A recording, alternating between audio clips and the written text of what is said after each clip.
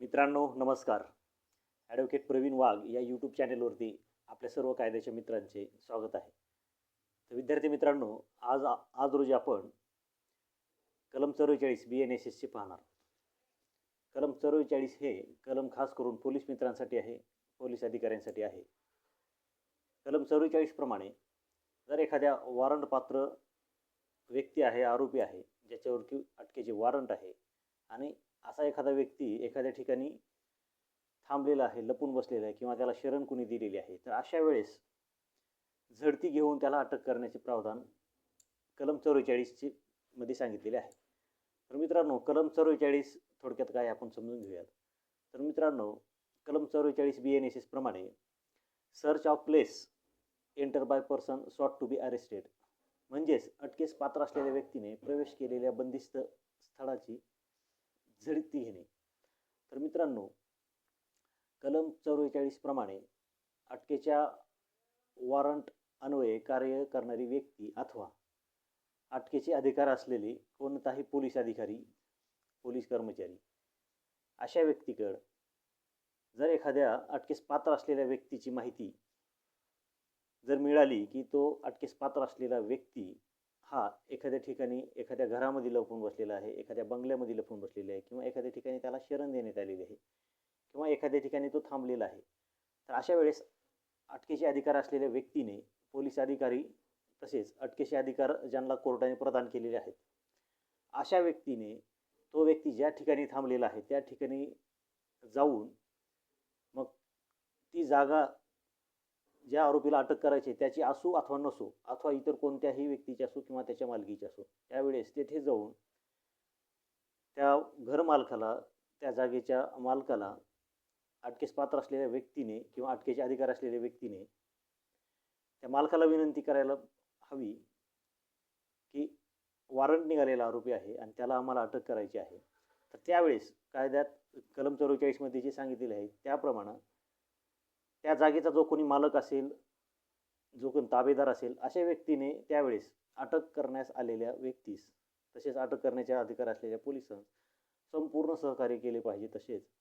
संपूर्ण घरात फिरण्याची, त्याचा शोध घेण्याची मुभा दिली पाहिजे. तसेच विद्यार्थी मित्रांनो, याच कलममधील उपकलम 2 मध्ये असे पण सांगितलेले आहे की अशा व्यक्तीला अटक करत असताना किंवा एखाद्या ठिकाणी प्रवेश करत असताना ज्या व्यक्तीकडे वॉरंट आहे किंवा ज्या पोलीस अधिकाऱ्यास अशा फरार आरोपीस किंवा वॉरंट निघालेल्या आरोपीस पकडण्याचे अधिकार आहेत, असा व्यक्ती ज्यावेळेस त्या घरामध्ये प्रवेश करतोय त्यावेळेस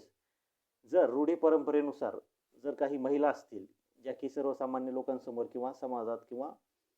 समोर रूढ परंपरेनुसार येऊ शकत नसतील, तर अशा वेळेस तशा घरामध्ये प्रवेश करण्यापूर्वी पोलिसांनी त्या जी महिला आहेत त्यांना वाजवी व पुरेशी संधी दिली पाहिजे, तशी सूचना दिली पाहिजे की आपण इथून निघून जावे, आम्हाला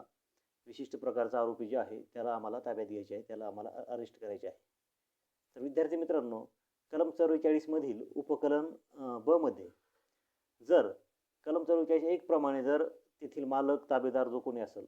त्याप्रमाणे जर आपल्याला तो ताबा देत नसेल किंवा ताबा मिळत जर नसेल आणि त्या आरोपीला अटक करणे, वॉरंटान्वये अटक करणे अत्यंत गरजेचे आहे, तर अशा वेळेस तशा व्यक्तीला अटक करण्यासाठी किंवा तशा व्यक्तीचा त्या घरामध्ये ताबा घेण्यासाठी सर्च वॉरंटची वाट पाहत बसण्याची आवश्यकता नाही.